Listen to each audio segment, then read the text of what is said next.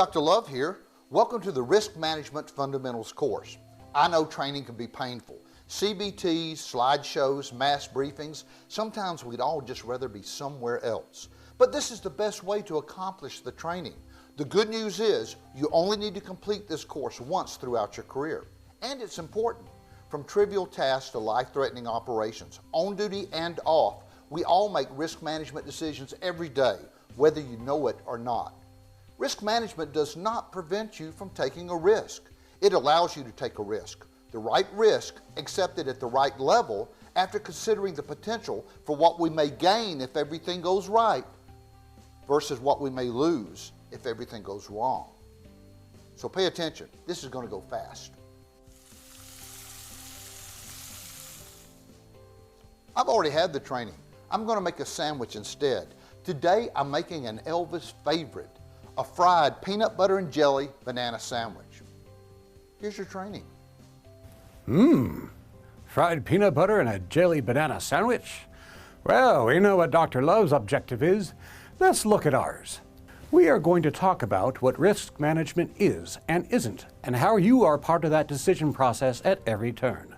This is a quick course, but if you understand the 5-step risk management process, you can develop your awareness of the hazards and risks you run into whether on duty or off. Then, once you see a risk or hazard, we'll talk about what to do about it using this process. Risk management is not a safety process, not a static checklist you follow each time something comes up that may be hazardous. Risk management is a decision-making process, a way of looking at and evaluating challenges. We all want to be safe on our jobs, and we put a lot of time and effort into improving safety and evaluating risk. That's why the risk management process fits so well into any safety application we find ourselves facing on the job. But don't stop there. Risk management can be applied to the decisions you make about any aspect of your life. Educational pursuits, finances, career advancement, family life, anything you do. Weigh the potential benefit versus the cost if something goes wrong. When you stop and consider what might go wrong in a situation, there are a lot of ways to protect yourself.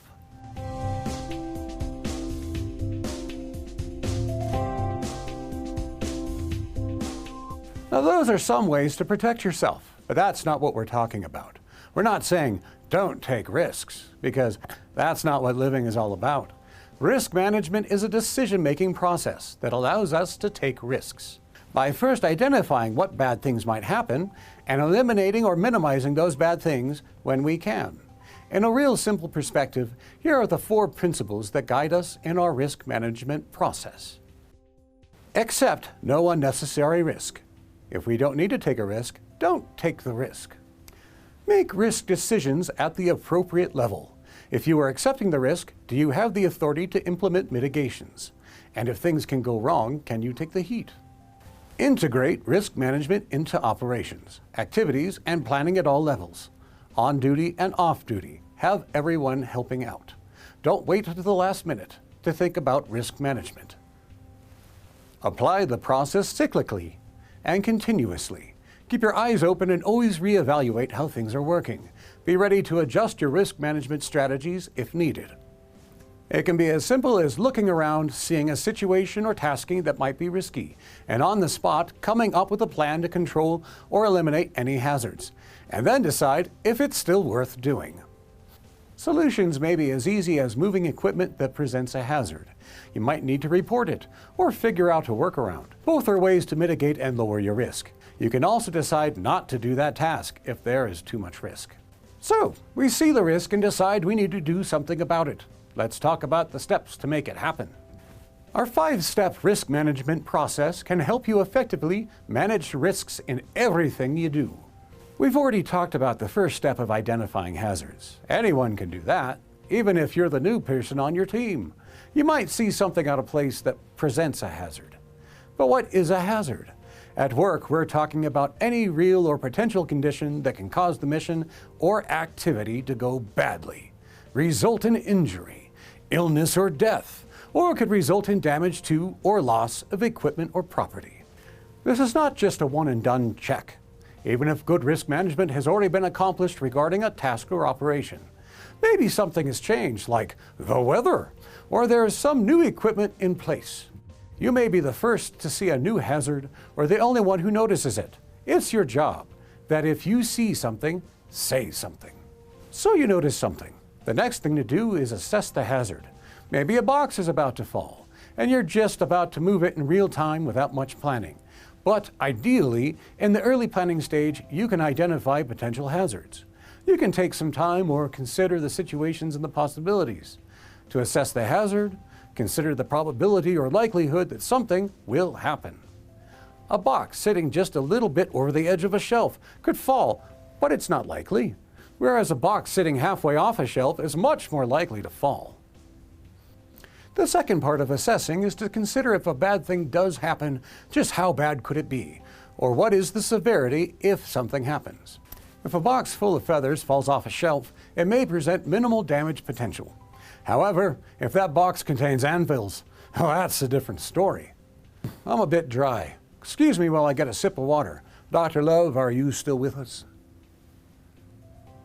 Well, I run into my own hazard here. This white bread and crunchy peanut butter is not going to work. The bread's too thin. The crunchy peanut butter is tearing up the bread. If I try to fry this up, the whole thing will fall apart. The likelihood of this happening is extremely high, and the results will be disastrous. You get back to your training. I'll develop some controls to mitigate this hazard. Be strong, Dr. Love. Be strong. On the bright side, your misfortune demonstrates an example of our first couple of steps within the risk management model and is a great lead to our third step. You started by seeing a hazard and speaking up, which means you are exercising your awareness. But we can't stop there. How do we balance out the need to get a job done and taking a risk? Back to our 5-step risk management process. We need to find out if there's anything we can do to control or mitigate the probability and/or severity. This might take some creative thinking, but look at all the alternatives. What if we find several solutions? How do we find the best option to minimize or eliminate the risk? With these insights, even if you can't get rid of all risk, you are ready to decide which controls to use to get the job done. Or if there aren't any ways to mitigate the risk, you may decide not to do the activity at all because you can't lower the risk to an acceptable level. So what is the acceptable level? There isn't a clear-cut answer, but it is based on evaluating if it is necessary to take this risk because the potential benefits outweigh the potential costs. Many parts of your job in the Air Force come with a risk just like living your life. Applying this process can reveal the best course of action to accomplish a mission or activity. It also helps improve your ability to take care of those Air Force assets, including you. Up to now, we have been talking about what you can do to mitigate risks. Maybe after thinking through the risk and what controls you might need, you realize you don't have the authority to make the needed mitigation or changes. Or maybe you're having a tough time coming up with a clear answer. Don't stop there. Take your concern up a level, or ask your supervisor, commander, or safety representative before proceeding. When you get the okay to proceed with your mitigation plan, you are ready to implement the plan. It is not enough to just come up with mitigations, you actually have to implement the mitigations. You might be the one who needs to implement the controls, or that work may be assigned to others. The last step is, after you implement the control to mitigate the hazards, keep an eye on things, supervise, and evaluate. Are we continuing to implement the mitigation controls, and are they still working? You also need to keep an eye out for other hazards that might pop up and respond to them. Figuring out the hazards and implementing a mitigation control plan is a process that can happen in your life or on the job. It might happen in seconds or something that requires more research and work. Either way, using the 5-step risk management process makes a difference. Dr. Love, have you come up with any mitigations? Okay, I mitigated the hazard by substituting creamy peanut butter for the crunchy, and I've moved to a much sturdier sourdough bread. This is better. The bread is not tearing and should hold up nicely to the frying. I'm okay. You can go back to your training. Good show, Dr. Love. We're almost there. Let's take a quick review of what we've covered thus far. The 5 steps in our risk management process are: 1. Identify the hazards. 2. Assess the hazards. 3. Develop controls and make a decision on how to proceed. 4. Implement the controls. 5. supervise, and evaluate. Here are the 4 principles that guide us in our risk management process. 1. Accept no unnecessary risks. Does the activity benefit outweigh the risk you discovered? 2. Make risk decisions at the appropriate level. If you can't solve the risk or implement controls, raise it up to someone who can. 3. Integrate risk management into operations, activities, and planning at all levels, on and off duty. And 4. Apply the process cyclically and continuously. Always keep an eye out for new hazards.